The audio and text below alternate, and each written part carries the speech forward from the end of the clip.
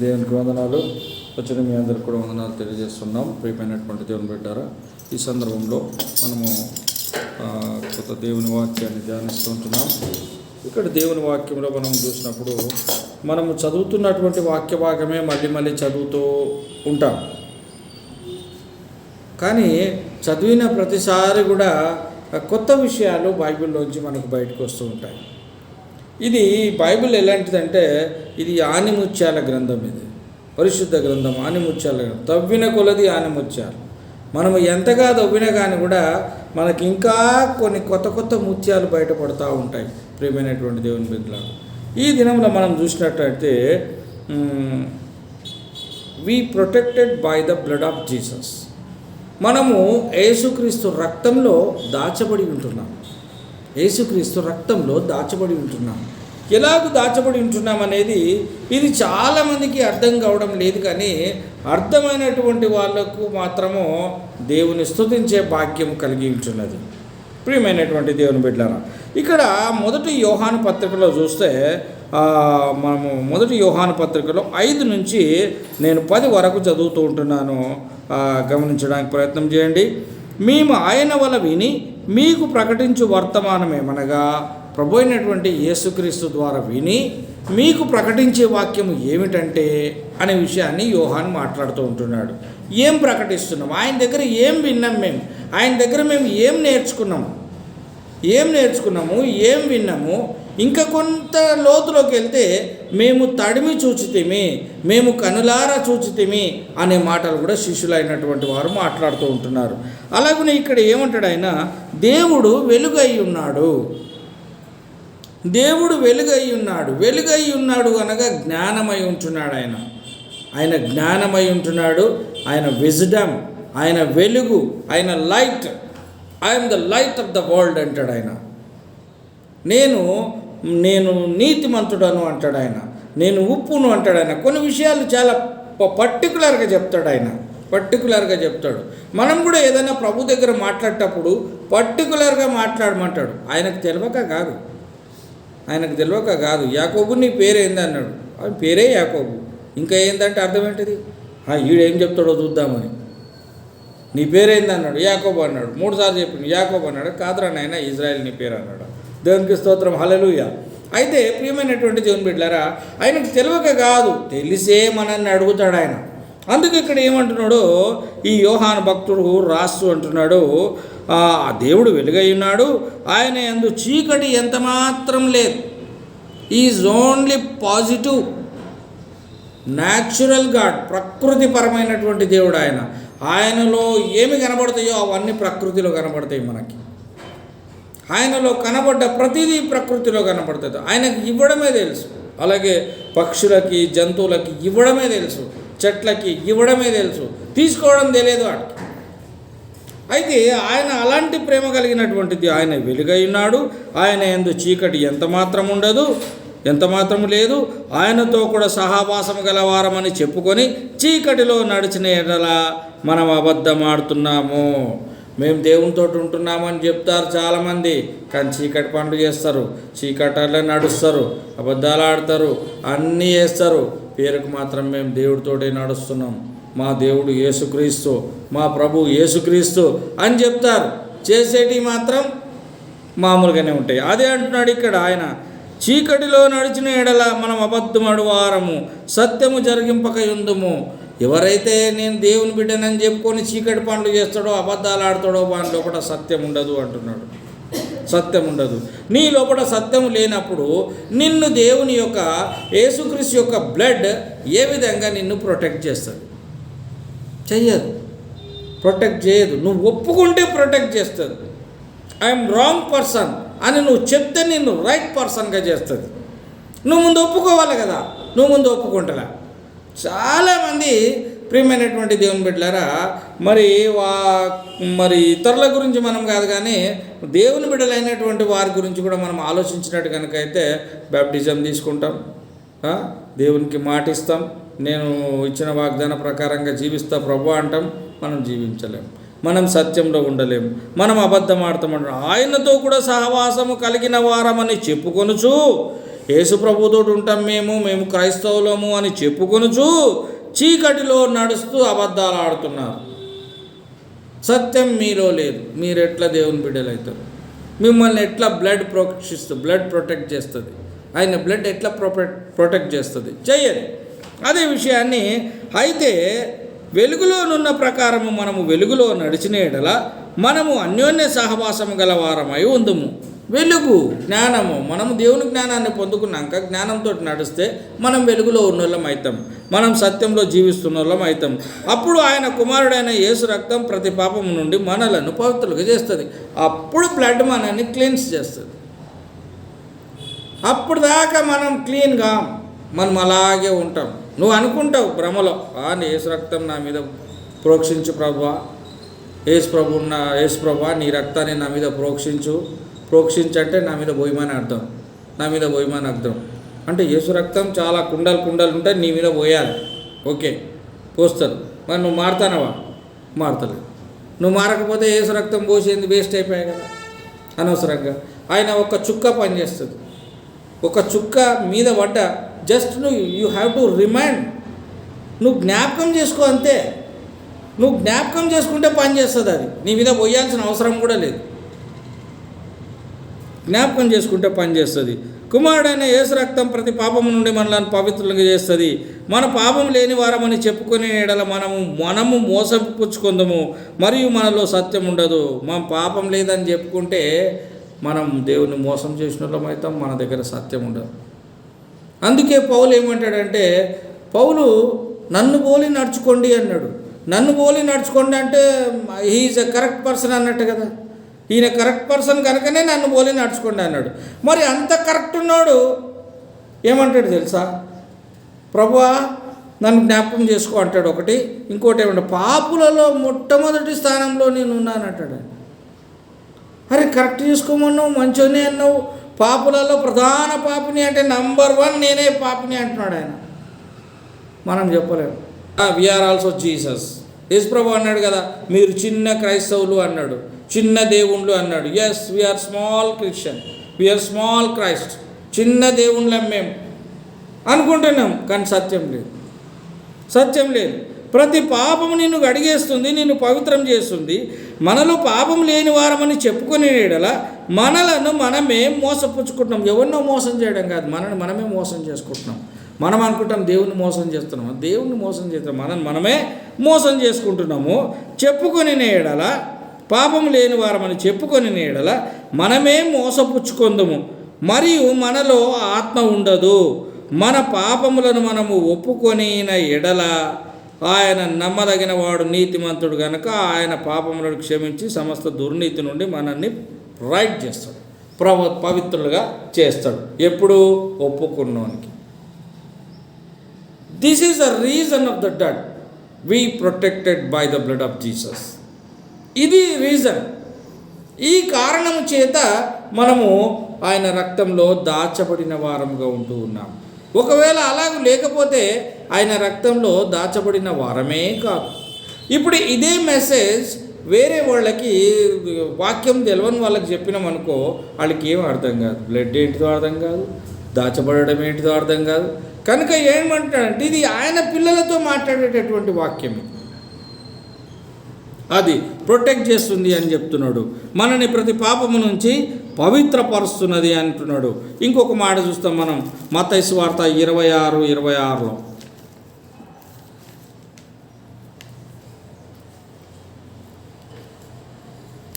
మత్తయి సువార్త 26:26లో ఇలాగ రాయబడి ఉంటున్నది. ప్రియమైనటువంటి దేవుని బిడ్డలారా, మత్తయి సువార్త 26:26లో ఏమంటున్నాడు? వారు భోజనము చేయుచుండగా యేసు ఒక రొట్టెను పట్టుకొని దాన్ని ఆశీర్వదించి విరిచి తన శిష్యులకిచ్చి, మీరు తీసుకొనుడి, ఇది నా శరీరం అని చెప్పాను. ఇక్కడ ఆయన రక్తం మనని పవిత్రపరుస్తుంది ఒకటి. రెండవదిగా ఏమంటాడు ఆయన? నా శరీరం మీరు జ్ఞాపకం చేసుకోవాలి అంటున్నాడు. నా శరీరమును తిని నా రక్తం తాగిన వాడే నాకు పాత్రుడు అంటున్నాడు ఆయన. ఇక్కడ శరీరాన్ని జ్ఞాపకం చేసుకుంటూ ఏమంటున్నాడు అక్కడ? భోజనం చేయుచుండగా యేసు ఒక రొట్టెను ఎత్తుకొని దాన్ని ఆశీర్వదించి విరిచి తన శిష్యులకు ఇచ్చి, మీరు తీసుకొని తినుడి, ఇది నా శరీరం అని చెప్పాను. ఇప్పుడు ఒక మాట, మనము ప్రభు బల్ల తీసుకునేటప్పుడు ఏం చేస్తున్నాము? మనం చెప్పాలంటే మనం ప్రామిస్ చేస్తున్నట్టే. ప్రభువా, నేను పాతయన్ని మర్చిపోతున్నా, ఈ యొక్క రక్తము రొట్టె నేను తీసుకుంటున్నా కనుక నన్ను జ్ఞాపకం చేసుకోవడానికి తీసుకోమన్నావు. నిన్ను ఎవరు జ్ఞాపకం చేసుకోవాలి? నిన్ను నమ్మిన వాళ్ళు, నీ యందు రక్షణ పొందిన వాళ్ళు జ్ఞాపకం చేసుకోవాలి. అలాగే నేను కూడా రక్షణ పొందిన కాబట్టి నిన్ను జ్ఞాపకం చేసుకుంటున్నా ప్రభు అని ఆయన శరీరము రొట్టెను తింటున్నాం. తిన్నాక మళ్ళీ తప్పు చేస్తే ఎట్లుంటుంది? ఒక ప్రామిస్ చేసినావు. ఆయన మాటికి మనకు ప్రతి ఇంట కూడుకున్నప్పుడు కూడా మీరు ప్రభు బలం తీసుకోమంటాడు. ఆయన ప్రతిరోజు ప్రభు బలం తీసుకోమంటాడు. మనకు రాయితీలు ఇస్తున్నాడు. మనం ఆదివారం బలం తీసుకుంటున్నాం, 2 ఆదివారాలకు 3 ఆదివారాలకు తీసుకుంటున్నాం. అయినా ఆయన ఏమంటలేడు. అనేది ఏంటిదంటే, మీ కమిట్మెంట్ ఏమై ఉన్నదో అది కరెక్ట్గా ఉండాలి అంటున్నాడు. మీరు చేసే కమిట్మెంట్ కరెక్ట్ లేదు. మీరు నా శరీరాన్ని తింటూ కూడా మీకు ఇంత కూడా మనస్సు చలించటం లేదా? మనస్సు చలించాలి కదా. అయ్యో, ఆయన మన కొరకు తన రక్తాన్ని ఇచ్చిండు, తన శరీరాన్ని ఇచ్చిండు అని మనలో మార్పు రావాలి కదా. మనకు ఈ లోకంలో ఉన్న తల్లిదండ్రులు ఆస్తులు ఇస్తే ఇక ఆయనకు విగ్రహం పెడతారు, ఆయనకు అన్నదానం చేస్తారు ఆయన పేరు మీద, ఇక తర్వాత ఏదేదో కార్యక్రమాలు చేస్తారు ఆయన పేరు మీద. ఎందుకు? కృతజ్ఞత కోసం చేస్తారు. మరి యేసుక్రీస్తు నీకు ప్రాణాన్ని ఇచ్చిండు, ప్రాణం ధారపోసిండు నీకోసము, నిన్ను అన్ని బంధకాల్లోంచి విడుదల దయచేసిండు, చివరికి మరణం నుంచి పరలోకంలోనికి నిన్ను జీవంలోనికి దాటించిండు. మరి నీకు కృతజ్ఞత లేదా? మనుషులు కృతజ్ఞత ఉంటే అన్నదానాలు అవి ఇవి చేస్తున్నారు. మరి మనకు కృతజ్ఞత ఉండాలి కదా. మనకు కృతజ్ఞత ఉన్నప్పుడు మనకు అవి ఇవి చేయమంటలే ఆయన. ఏ దాన ధర్మాలు అవసరం లేదు. Just you have believe in Christ. యేసుక్రీస్తునందు విశ్వాసం ఉంచండి. మీరు నన్ను జ్ఞాపకం చేసుకునేటప్పుడు బలను తీసుకోండి. అంటే రిమైండ్ చేసుకోండి, నువ్వు ఎట్లున్నావు అనేది. పోయిన వారం ఎట్లున్నావు, ఈ వారం ఎట్లుంటున్నావు అనేది నువ్వు నన్ను రిమైండ్ చేసుకొని జ్ఞాపకం చేసుకొని బలను తీసుకో అంటున్నాడు. మరి మనం అన్నీ తీసుకుంటున్నాము, మళ్ళీ మన లోపల సత్యం ఉండట్లేదు అని యోహాను పత్రిక సెలవిస్తుంది. యోహాను మత్తయి అంటున్నాడు, ఇది నా శరీరము అని మత్తయి చెప్తూ ఉంటున్నాడు. ఇది నా శరీరము అని క్రీస్తు చెప్పిన మాటను మత్తయి చెప్తూ, ఇది నా శరీరం, దీన్ని తీసుకున్నప్పుడల్లా నన్ను జ్ఞాపకం చేసుకో అంటే అది ముట్టుకుంటే యేసుప్రభు జ్ఞాపకం రావాలి. సిలువలో యేసయ్య కనిపించాలి. అయ్యో, నేను ఈ తప్పు చేసిన చేయకూడదు కదా, నేను ప్రభు బిడ్డని, నేను బల్ల తీసుకుంటున్నా, ఆయన రక్తం పంచుకుంటున్నా, ఆయన శరీరం పంచుకుంటున్నా, మళ్ళీ నేను అలాంటి తప్పు చేయకూడదు కదా అనేటటువంటి ఆలోచన మనకు రావాలి ప్రియమైనటువంటి దేవుని బిడ్డలు. అది రెండవదిగా. మూడవదిగా చూసినట్టు కనుకైతే అపోస్తల కార్యము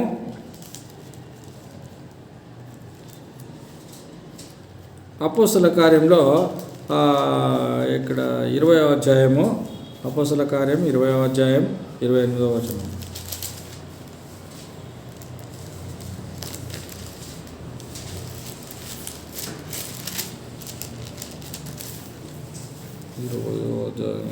వచనంలో ఇక్కడ ఏమంటున్నాడు? దేవుడు తన స్వరక్తం ఇచ్చి సంపాదించిన తన సంఘమును కాయుటకు పరిశుద్ధాత్మ మిమ్మును దేవుని యందు అధ్యక్షులనుగా ఉంచెనో ఆ యావత్తు మందను గూర్చియు మీ మట్టుకు మిమ్మును గూర్చియు జాగ్రత్తగా ఉండుడి. ఇక్కడ ఏమంటున్నాడు? దేవుడు తన స్వరక్తం ఇచ్చాడు, మనల్ని అందరినీ సంపాదించినాక ఇప్పుడు మనం ఎవరినైనా మనం ఇల్లు సంపాదించినాక ఊరితో వదిలేసిపోతామా? ఒకరిని కాపలోని పెడతాం అక్కడ ఇంటి దగ్గర. సపోజ్ గొర్రెలు ఉన్నాయి, మందలు ఉన్నాయి, మనకు వాహనాలు ఉన్నాయి, వీటిని అన్నిటినీ రోడ్డు మీద విడిచిపెట్టాం కదా, ఒక కాపలో పెడతాం, ఆడ సెక్యూరిటీ గార్డ్ని పెడతాం. అట్లాగే ఈయన ఏమంటాడు? ఈ సర్వక్తం ఇచ్చి మనందరినీ సంపాదించిన తర్వాత ఏం చేసిండు ఆయన? ఈ సంఘమును కాయుటకు పరిశుద్ధాత్మ మన దగ్గర కాపలు పెట్టాడు. మనం ఏదైనా చెడ్డ పని చేస్తే పరిశుద్ధాత్మ అంటది, ఏయ్ తప్పు, నువ్వు చేయొద్దు ఆ పని అంటది. మనం చెడ్డ తిరుగులు తిరుగుతామనుకో, చెడ్డ మాటలు మాట్లాడతామనుకో, పరిశుద్ధాత్మ మనకు కాపలుగా ఉన్నాడు కనుక ఏయ్ ఆ పని నువ్వు చేయొద్దు అని చెప్తాడు. అంటే ఒక సూపర్వైజర్ లాగా, ఒక వాచ్మెన్ లాగా, ఒక సెక్యూరిటీ లాగా దేవుడు మనకు ఏర్పాటు చేసిండు. పరిశుద్ధాత్మ మిమ్మును దేవుని అందు అధ్యక్షులనుగా ఉంచెను అంటే ఆ పరిశుద్ధాత్మ మనల్ని ఎట చేసిందంటే వాడు సూపర్వైజర్గా ఉంటూ, ఆ పరిశుద్ధాత్ముడు సూపర్వైజర్గా ఉంటూ మనల్ని ప్రెసిడెంట్ చేస్తున్నాడు. అంటే మనల్ని అధ్యక్షుని, మనల్ని డైరెక్టర్ చేస్తున్నాడు. కొన్నిసార్లు ఎట్లుంటుందంటే చిన్నోడే పెద్దోనికి కాపలా ఉండి కూడా పెద్దోని నడిపిస్తుంటాడు. వాడు చిన్నోడే. ఇప్పుడు మనం అంటామా, నువ్వు నా మంత్రివి కదరా, నువ్వు నాకు చెప్పడం ఏంటిది? అట్లా కాదు, మంత్రి చెప్పినట్టే వినాలి. పెద్ద పెద్దోళ్ళ దగ్గర, ఇప్పుడు మినిస్టర్ల దగ్గర, వాళ్ళ దగ్గర, వీళ్ళ దగ్గర ఏదైనా భోజనాలు పెట్టినప్పుడు కింద ఒకటి భోజనం చెక్ చేయనీకి ఒకరిని పెడతారు, అక్కడ ఆహారం చెక్ చేయనీకి. వాడు తిన్న తర్వాతనే వీడు తినాలి. ఆడైతే పెద్దోడన కానీ మినిస్టర్ కానీ వాడు తిన్నాక వీడు తినాలి. ఎందుకంటే వాడు చెక్ చేస్తాడు. ఒకవేళ చచ్చిపోయేది ఉంటే వాడు చచ్చిపోతాడు. అట్లా ఇక్కడ ఆదరణకర్తను పెట్టి, ఆదరణకర్తను మనకు సెక్యూరిటీగా, వాచ్మెన్గా, సూపర్వైజర్ లాగా పెట్టి మనల్ని డైరెక్టర్ చేసేసిండు దేవునికి స్తోత్రం, హల్లెలూయ. మనల్ని డైరెక్టర్ చేసిండు. మనల్ని డైరెక్టర్ చేసి మనల్ని నడిపించడానికి మనకు అంత జ్ఞానం ఇస్తున్నాడు. మనకు సహాయకునితో మనకు సహాయం చేస్తున్నాడు. సహాయకుడు పరిశుద్ధాత్ముడు మనం ఎట్లా నడవాలనో చెప్తున్నాడు. ఇట్లా నడవాలా, ఇది చేయాలా, ఇది తినకూడదు, ఇది తినాలి, ఈ మాట అనకూడదు, ఈ మాట అనాలి, ఈ పని చేయొద్దు, ఈ పని చేయాలా, అది చెప్తున్నాడు. ఎప్పుడు చెప్తాడు? మనం అడగాల. ఏమ్రా బాబు, ఇలా పలానా దగ్గరికి వెళ్తున్న ప్రోగ్రామ్ ఉన్నది, మరి ఆడ మన ప్రోగ్రామ్ ఎట్టున్నది, అక్కడ పోవాలా వద్దా అంటే, లేదు సార్ ఈరోజు పోవద్దు సార్ మనం ప్రోగ్రాంకి అని చెప్తాడు. పోదు. అట్లాగా ఆదరణకర్త మనకు సహాయం చేస్తూ ఉంటున్నాడు. దట్ ఈస్ హోలీ స్పిరిట్, పరిశుద్ధాత్మను మనకు సహాయం చేస్తున్నాడు. ఇంకోటి చూసినట్టు కనుకైతే, ఒకటేమో మనల్ని పరిశుద్ధపరుస్తున్నాడు రక్తంతో. రెండవది ఆయన శరీరాన్ని జ్ఞాపకం చేసుకోవాలా. మూడవది పరిశుద్ధాత్మను మనల్ని నడిపిస్తున్నాడు. నాలుగవది పరిశుద్ధాత్మను మనల్ని విడిపిస్తున్నాడు. ఎట్లా విడిపిస్తాడు? కొలసీ పత్రిక ఎట్లా విడిపిస్తున్నాడు అంటే, కొలసీ పత్రికలోనికి వస్తే మనకు అర్థమవుతుంది. ఇక్కడ కొలసీ పత్రిక 1వ కొలసీ పత్రిక 13-14 వచనాల్లో మనకు కనబడుతుంటున్నది. 1వ అధ్యాయం 13-14 వచనాలు. ఇక్కడ ఆయన మనలను అంధకార సంబంధమైన అధికారములో నుండి విడుదల చేసి, అంధకార సంబంధమైన అంటే చీకటి పనులకి వెళ్ళి మనల్ని బయటికి తీసుకొచ్చిండు. చెడ్డ పనులు చేయకుండా, చెడ్డ మాటలు మాట్లాడకుండా, ఈ లోకం వాళ్ళలో పాలు పంచుకోకుండా మనల్ని బయటికి తీసుకొచ్చిండు. బయటికి తీసుకొచ్చిన తర్వాత ఆ అంధకార సంబంధమైన అధికారములో నుండి విడుదల చేసి రెస్క్యూ చేసిండు, తీసుకొచ్చిండు. తాను ప్రేమించిన తన కుమారుని యొక్క, అనగా యేసుక్రీస్తు యొక్క రాజ్య నివాసులనుగా మనల్ని చేశాడు. యేసుక్రీస్తు యొక్క రాజ్య నివాసులం అంటే ఆయన రాజ్యంలో ఉంటున్నాం. ఇప్పుడు ఆయన మనకు ప్రెసిడెంట్, మన అధ్యక్షుడు యేసుక్రీస్తు ప్రభుల వారు. ఇది ఆయన సామ్రాజ్యం. నీ సామ్రాజ్యం ఎక్కడున్నది అంటాడు పిలాతు. మీ మధ్యలోనే ఉన్నది అంటాడు. ప్రేమ సామ్రాజ్యం, అది నా ప్రేమ సామ్రాజ్యం అంటాడు ఆయన. నీ ప్రేమ సామ్రాజ్యం ఎక్కడున్నదంటే మీ మధ్యలోనే ఉన్నదంటాడు ఆయన. దేవునికి స్తోత్రం, హల్లెలూయా. కనుక ఆయన మనల్ని ఆయన రాజ్య వారసులుగా చేశాడు. ఆయన రాజ్య వారసులుగా చేసిండంటే మనం ఆయన యొక్క పౌరసత్వం కలిగి ఉండాలా, ఆయన సిటిజన్షిప్ కలిగి ఉండాలా. మనం క్రిస్టియన్, మనకు ఒక రికగ్నిషన్ ఉండాలా. మనకు ఒక రికగ్నిషనే కాకుండా we have separated people, separate generation, separate citizenship మనం కలిగి ఉండాలా అని దేవుడు ఇక్కడ మనకి జ్ఞాపకం చేస్తూ ఉంటున్నాడు. విడుదల చేసి తాను ప్రేమించిన తన కుమారుని యొక్క రాజ్య నివాసులుగా చేశాను. ఆ కుమారుని యందు మనకు విమోచనము అనగా పాపక్షమాపణ, విమోచన అనగా రిడెంప్షన్, మనకున్నది విడుదల ఉన్నది అనగా పాప క్షమాపణ. మనకు క్షమాపణ అంటే మనల్ని ఆయన క్షమిస్తూ ఉంటున్నాడు, కలుగుచున్నది. ఆయన అదృశ్య దేవుని స్వరూపి అయి సర్వ సృష్టికి ఆది సంభూతుడై ఉన్నాడు. దేవునికి స్తోత్రం, హల్లెలూయా. ఆయన సర్వ ప్రపంచానికి ఆది సంభూతుడై ఉంటున్నాడు. అనగా ఒక్క చోట ఉండి ప్రతి ఒక్కరిని చూస్తాడు. ఇప్పుడు నేను మాట్లాడేటప్పుడే మీరు మాట్లాడుతున్నారు అనుకుందాం ప్రభుతోటి, మీరు మాట్లాడేటప్పుడే ఇంకొకరు మాట్లాడుతున్నారు ప్రభుతోటి, మరి అందరికి ఒకటేసారి సమాధానం ఇవ్వాలంటే కష్టం కదా. అది మానవులకు అందరికి ఒకటేసారి సమాధానం ఇవ్వాలంటే కష్టం. సర్వ సృష్టికర్త అయినటువంటి దేవుడు అందరికీ అన్ని వేళలా సమాధానం ఇస్తాడు. ఆయన ఎవరు అడిగినా ఎవరు పిలిచినా వారి దగ్గర టక్కని తేలుతాడు ఆయన. అంతే, దేవునికి స్తోత్రం, హల్లెలూయా. టక్కని తేలుతాడు. నేను మాట్లాడుతున్నా, ఆయన నాతోటే మాట్లాడతాడు. వేరే వాళ్ళు మాట్లాడుతున్నారు, వాళ్ళతో కూడా మాట్లాడతాడు ఆయన. అదే దేవుడు అంటే, అదే సృష్టికర్త అంటే, అదే ఆది సంభూతుడు అంటే, అదే మానవులు అంటే ఏం చేస్తారు? ఒక్కరితోటే మాట్లాడతారు. సపోజ్ ఉదాహరణకి మనం మోడీని తీసుకుందాం. మోడీ మనతోటి మాట్లాడతాడు, టీవీలో మాట్లాడతాడు, అందరితో ఒకటేసారి మాట్లాడతాడు. ఎట్లా మాట్లాడతాడు చెప్పాలి, మీరు రెస్పాన్స్ ఇవ్వాలి. అందరితో ఎట్లా మాట్లాడతాడు? ఒకటేసారి మాట్లాడతాడు. ఆయన మాట్లాడేది అందరు వింటుంటారు. కానీ ఇక్కడ అట్లా కాదు. ఈయన అందరితో ఒకటేసారి మాట్లాడాడు, ఒక్కొక్కరితో మాట్లాడతాడు. ఆయన ఢిల్లీ నుండి మాట్లాడుతుంటే ఎవరి టీవీ వాళ్ళకే, ఎవరి ఇంటర్నెట్ వాళ్ళకే. ఇది కూడా ఇంకొక తెలివి ఇంటర్నెట్లో వచ్చింది ఇప్పుడు. మరి అది మీరు గమనించినరో లేదో? మీరు చూసే ఫోన్ కానీ, మీరు చూసే ఇంటర్నెట్ ఏది ఫోన్ కానీ, టీవీ కానీ, నెట్ సిస్టంలో వైఫై ద్వారా మీరు చూస్తున్నట్టు కనుక అయితే, మీరు చూసేటటువంటి ఆ ఏదైతే ఛానల్ ఉన్నదో ఆ ఛానల్లో అడ్వర్టైజ్మెంట్లు రావద్దు అని మీరు పెట్టుకుంటే మీకు ప్రీమియం అని చెప్పి డబ్బులు తీసుకొని మీకు యాడ్స్ రాకుండా చేస్తారు. అర్థమైందండి నేను చెప్పేది? మళ్ళీ మీ పక్కన ఉన్న ఫోన్లో వస్తుంది అడ్వర్టైజ్మెంట్లు, మీ ఫోన్లో రావు అడ్వర్టైజ్మెంట్లు. అంటే వీళ్ళకు దేవుని తెలివి వచ్చింది అన్నట్టే. దేవుడు ఒక్కరితో ఎట్లా మాట్లాడతాడో మేము కూడా మాట్లాడతాం అన్నట్టు ఆ జ్ఞానాన్ని వీళ్ళు సంపాదించుకొని, ఇప్పుడు నేను ఒక్కరిని నాకు వద్దు, నేను అడ్వర్టైజ్మెంట్లు చూడను, ఓన్లీ నేను ఏది చూడాలనో అదే చూస్తానంటే నిజంగానే నా ఫోన్లో కానీ నా టీవీలో కానీ యాడ్స్ బంద్ అయిపోతాయి. ప్రియమైన దేవుని బిడ్డలారా, దేవునికి స్తోత్రం, హల్లెలూయా. దేవుడు ఎంతో గొప్పోడండి. ఆయన తెలివిని మనకి ఇచ్చిండండి. ఆయన తెలివిని మనకి ఇచ్చిండు కనుక ఇక్కడున్న వాళ్ళు కూడా అదే కాన్సెప్ట్, అదే ఫార్ములాను ఉపయోగించుకొని డబ్బులు సంపాదించుకుంటారు. కానీ దేవుడు డబ్బులు సంపాదించుకుంటలేదు. Free of cost he would like to talk with అస్.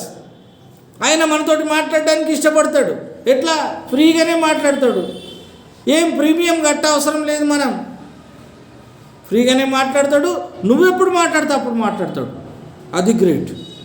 నువ్వెప్పుడు మాట్లాడితే అప్పుడు మాట్లాడతాడు. ఇది మైనస్ ప్రీమియంలా. మనం మాట్లాడినప్పుడు అంటే మనం వాళ్ళతోటి కనెక్షన్ పెట్టుకున్నప్పుడు ఉండదు ప్రీమియం. వాడు మనతోటి కనెక్షన్ పెట్టుకున్నప్పుడు ప్రీమియం ఉంటుంది. అది ప్రియమైనటువంటి దేవుని బిడ్డలారా, దేవుడు మాట్లాడేది మనల్ని విడుదల చేసేది ఆ విధంగా ఉంటుంది. ఆయన ఎలాంటి వాడు? సర్వ స్వరూపి అయి సర్వ సృష్టికి ఆది సంభూతుడై ఉన్నాడు. ఆది అంతం ఆయనే, అల్ఫా ఒమేగా ఆయనే. అంత గొప్ప దేవుడు. మనం ఒక్కడు మాట్లాడితే మనతోటి స్పెషల్గా మాట్లాడతాడు. అందరితోటి మాట్లాడేది మోడీ మాట్లాడతాడు అందరితోటి. జీసస్ క్రైస్ట్ అందరితోటి మాట్లాడాడు. ఎవరికి తోటి కావాలంటే వాడితోటి మాట్లాడతాడు ఆయన. అది గొప్ప, అది చాలా గొప్ప విషయం. ఎవరికి రాదు అది. ప్రియమైనటువంటి దేవుని బిడ్డలారా, ఇంకొక మాట చూస్తున్నాం మనం. ఏంటంటే ఎఫ్ఎస్సి పత్రికలో 1:7 చూస్తూ ఉంటున్నాం. ఎఫ్ఎస్సి పత్రిక 1:7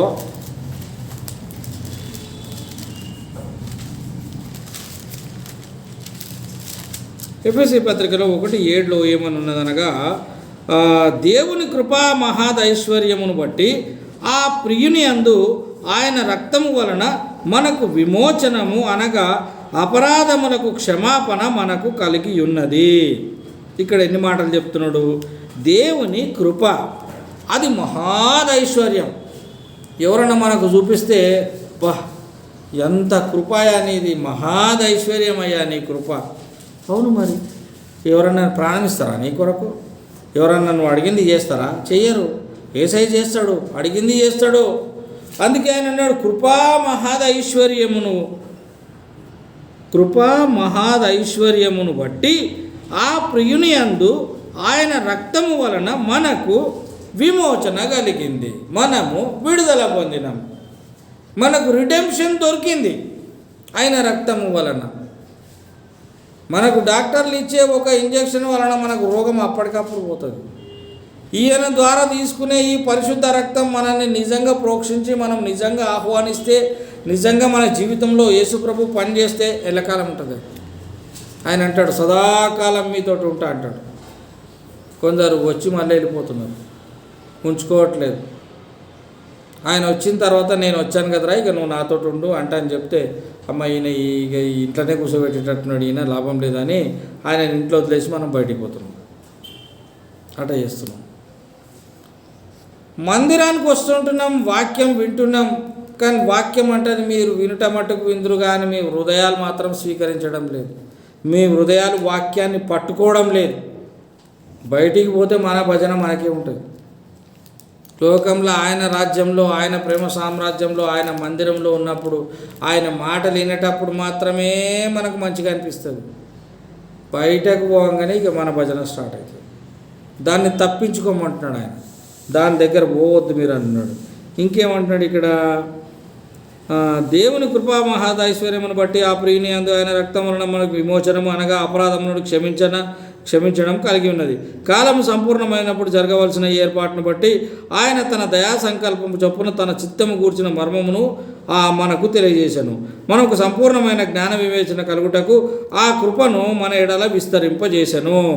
ఈ సంకల్పమును బట్టి ఆయన పరలోకంలో ఉన్నవే కానీ భూమి మీద ఉన్నవే కానీ సమస్త క్రీస్తునందు ఏకంగా సమకూర్చవలనని తనలో తాను నిర్ణయించుకున్నాను. అంటే మనల్ని తన బిడ్డలుగా మార్చుకోవాలని, ఆయనతోటే మనల్ని ఉండబెట్టుకోవాలని ఆయన నిర్ణయించుకున్నాడు. మనం ఉంటామా, ఊడిపోతామా? అందుకే మనం ప్రార్థన చేసేటప్పుడు కూడా, ప్రభా నేను నీ చేయి పట్టుకోకాదు, ప్రభా నువ్వు నా చేయి పట్టుకో అని ప్రార్థన చేయాలి. మనం చేయి పట్టుకుంటే మనం విడిచిపెడతాం. మనం చాలా హుషారుగాళ్ళం. పక్కన మనం కుడి చేతితో ఆయన చేయి పట్టుకుంటే ఎడమ చేతితో సైతాన్ గడ్డ పట్టుకుంటాడు. అప్పుడు నువ్వు యేసు ప్రభునే పట్టుకున్నావా, నేను నిన్ను పట్టుకోలేనా? లాగుతాడు. ఆడు ఒక్కడు లాగడాడు. వాడి చర్చిలో 100 మంది ఉన్నారనుకో, ఆ 100 మందిని వాడు పట్టుకుంటాడు. 100 మందిని వాడు పట్టుకుంటాడు, మన చేయబట్టి లాగుతాడు. పడిపోతాం మనం. అయిపోయాడు, పడిపోతాం. వాళ్ళ ప్రార్థన, వాళ్ళ విందులల్లా, వాళ్ళ వినోదాలల్లా, వాళ్ళ మాటలల్లా, వాళ్ళ తాగుడ్ల, వాళ్ళ వేషాలల్లా మనం పడిపోయి మనం కూడా వాళ్ళ వేషం వేస్తాం. అది ఆయన చెప్తున్నాడు. అట్ట కాదు, నేను చెప్పినట్టు చేయండి మీరు అంటున్నాడు. ఆయన ఏం చెప్పిండు? ఈ సంకల్పమును బట్టి ఆయన పరలోకంలో ఉన్నవే కానీ భూమి మీద ఉన్నవే కానీ సమస్తమును క్రీస్తునందు ఏకంగా, అంటే క్రీస్తులో మనందరూ ఒక్కడిగా చేయడానికి తనలో దాన్ని నిర్ణయించుకున్నాడు. లాభం లేదు, వీళ్ళందరినీ ఒక్కటి చేశారు అని చెప్పేసి నిర్ణయించుకున్నాడు. అది యేసుక్రీస్తు ప్రభుల వారు అందరినీ ఒక్కటి చేసుకొని నిర్ణయించుకుని ఏం చేసిండు ఇక్కడ, మనకు ఒక ఫర్గివ్నెస్ ఇచ్చాడు. అంటే మనం వాటిని అన్నిటిని మర్చిపోయే విధంగా మనకు సహాయం చేసి మన చేయి ఆయన పట్టుకున్నాడు. అది మనం చూస్తుంటున్నాము. 5వదిగా ప్రియమైనటువంటి దేవుని బిడ్డలారా, ఇంకా 6వదిగా చూస్తుంటున్నాం ఏంటంటే హెబ్రీ పత్రికలోనికి వస్తున్నాం. హెబ్రీ పత్రికలో 9వ అధ్యాయం 14వ వచనం.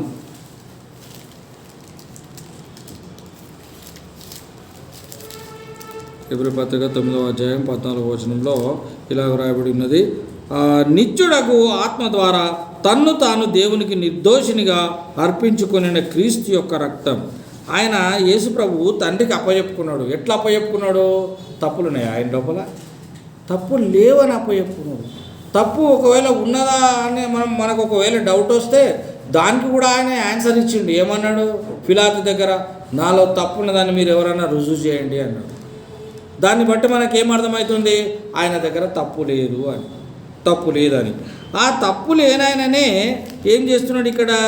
తప్పు లేనతను నిత్యుడకు ఆత్మ ద్వారా తన్ను తాను దేవునికి నిర్దోషినిగా అర్పించుకొని సమాప్తమైన నన్ను నేను నీ చేతికి అప్పగించుకొనుచున్నాను అంటాడు. 7 మాటల్లో, సిలువలో మాట్లాడే మాటల్లో నేను నీకు అప్పగించుకుంటున్నాను అంటాడు. అప్పగించుకున్న కంటే ముందుగా ఆయన ఏమంటాడు? సమాప్తమైంది అంటాడు. అంటే నువ్వు చెప్పిన పని నేను చేసినా, ఏ తప్పు లేకుండా చేసినా, అన్నీ సమాప్తం చేసేసినా, ఇంకా నా ఆత్మ నీ చేతికి అప్పగిస్తున్నాను. దేవునికి స్తోత్రం, హల్లెలూయా. ఆత్మను చేతికి అప్పగిస్తున్నాడు. తన్ను తాను దేవునికి నిర్దోషిగా అర్పించుకొనిన క్రీస్తు యొక్క రక్తం. ఆ నిర్దోషిగా ఆయన అప్పగించుకున్నాడు. ఆయన యొక్క రక్తము నిర్జీవ క్రియలను విడిచి జీవము గల దేవుని సేవించుటకు మీ మనస్సాక్షి ఎంతో ఎక్కువగా శుద్ధి చేయును. ఆయన నేను పవిత్రుని, నాది ఏ తప్పు లేదని దేవునికి అప్పచెప్పుకున్నాడు. ఎవరు అప్పచెప్పుకున్నాడు? పవిత్రత, పరిశుద్ధత కలిగినటువంటి దేవుడు అప్పచెప్పుకున్నాడు. ఆ అప్పచెప్పుకున్న అతనే ఏమంటాడంటే, ఈ చచ్చిపోయిన కార్యాలను విడిచిపెట్టి, ప్రాణము లేని క్రియలను విడిచిపెట్టి, జీవము గల దేవుని సేవించుటకు మీ మనస్సాక్షిని ఎంతో ఎక్కువగా శుద్ధి చేస్తున్నాడు. ఆయన రోజు క్లీన్ చేస్తున్నాడు. మనం బట్టలు క్లీన్ చేసుకుంటాం, వారానికి ఒకసారో 2 రోజులకు ఒకసారో ఎప్పుడో క్లీన్ చేసుకుంటాం. ఆయన మనల్ని రోజు క్లీన్ చేస్తున్నాడంట. విచిత్రం కదా, మనకు అర్థమే కాదు అసలు. మనల్ని రోజు ఎప్పుడు క్లీన్ చేస్తున్నావు, నీకు అర్థం కాదు. అదే నువ్వు చిన్నపిల్లవు అనుకుందాం. ఇలాంటి వారిదే పరలోక రాజ్యం అని యేసయ్య చెప్పిండు. చిన్నపిల్లవు నీకు రోజు స్నానం చేపిస్తున్నా, నీకేమైనా అర్థమవుతుందా? అర్థమవుతుందా? నాకెప్పుడు స్నానం చేయించినావు నువ్వు? స్నానం అంటే ఏంటిదో తెలియదు నీకు. స్నానం అంటే ఏంటిదో తెలియదు నీకు. కనుక ఆయన ఏమన్నాడు, రోజు మనల్ని స్నానం చేపిస్తున్నాడు. కానీ మనకు అర్థం కావడం లేదు. ఎవరికి అర్థం కాదు ఇది అంటే, చిన్నపిల్లల లాంటి హృదయం ఉన్నటువంటి వాళ్ళకి అర్థం కాదు.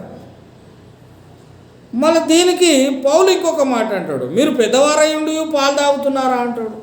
అంటే ఆయనకు అడిగింది మీకు ఎందుకు అర్థమవుతలేదు అంటాడు. శిష్యుని పాదాలు అడిగిండు, శిష్యునికి అర్థమైందా కాలేదా? అర్థమైంది. ప్రభువా నా పాదాలు ఎందుకు అడుగుతున్నావు నువ్వు అన్నాడు. మరి ఆయన మనల్ని రోజు అడుగుతున్నాడు కదా. ఇవాళ నన్ను యేసుప్రభు అడిగిండు, గుర్తుకొచ్చిందా నీకు? రాలే. యేసుప్రభు అడిగింది గుర్తుకు రాలే. నువ్వు స్నానం చేసుకున్నావా? అది నీకు గుర్తుంటూ ఉంటుంది. యేసుప్రభు దినం మనల్ని వాచ్ చేస్తున్నాడంట. దినం వాచ్ చేసినప్పుడు ఆయన రక్తంలో మనకు ప్రొటెక్షన్ ఉందా లేదా? ఉన్నది. ఆయన రోజు మనల్ని క్లీన్ చేస్తున్నాడు కనుక మనకు ప్రొటెక్షన్ ఉన్నది.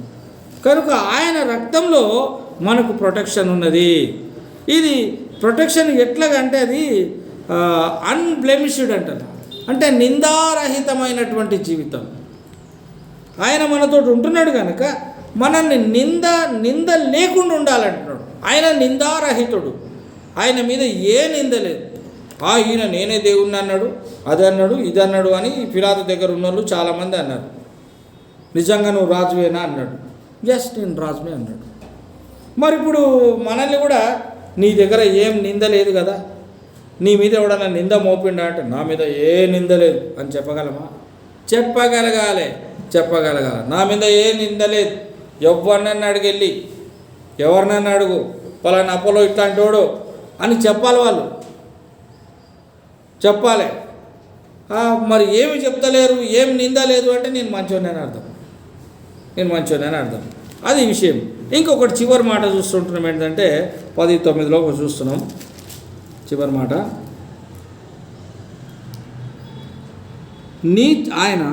నీ చిత్తము నెరవేర్చుటకు ఇదిగో నేను వచ్చి ఉన్నానని చెప్పుచున్నాడు.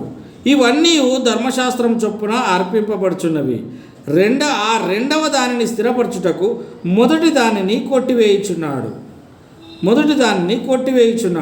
యేసుక్రీస్తు యొక్క శరీరం అని ఒక్కసారియే అర్పింపబడుట చేత ఆ చిత్తమును బట్టి మనము పరిశుద్ధపరచబడి ఉన్నాము. ఇప్పుడు మనం ఏ విధంగా ఉన్నాం? పరిశుద్ధపరచబడి ఉన్నాం. ఈ పరిశుద్ధతను మనము కాపాడుకోవాలి. ఆయన పరిశుద్ధతను కాపాడుకోవాలి. మన తప్పులన్నీ ఎవ్వడు చెప్పకపోయినా ఓల్డ్ టెస్టమెంట్ చదువుకుంటుంటే నీ తప్పులన్నీ బయటపడతాయి. నీకు ఎన్ని తప్పులు ఉన్నాయో, నువ్వు ఎట్లాంటి వాడువో, నీ స్టైల్ ఏంటిదో, నీ మాట ఏంటిదో, నీ ప్రవర్తన ఏంటిదో నువ్వు ఒకసారి ఓల్డ్ టెస్టమెంట్ చదువుకో, నీకు అన్నీ బయటపడతాయి. అందుకే ఆయన ఏమంటాడు, మొదటి దానిని కొట్టివేసి అన్నాడు. కొట్టివేసి దానిలో మీనింగ్ ఏంటిదంటే మొత్తం కొట్టేయడం కాదు, సరిదిద్దడం. వాక్యం ఉంటుంది, నిన్ను సరిదిద్దుతాడు. వాక్యముల ఆయన పాపము వలన చనిపోయాను అని ఉంటుంది. పాపం అనేది కొట్టేసిండు పాత నిబంధన గ్రంథంలో. కొట్టేసిండు అంటే అక్కడ కొట్టేయలేదు, నీ జీవితంలో కొట్టేసిండు కనుక నువ్వు పాపం చేయవు.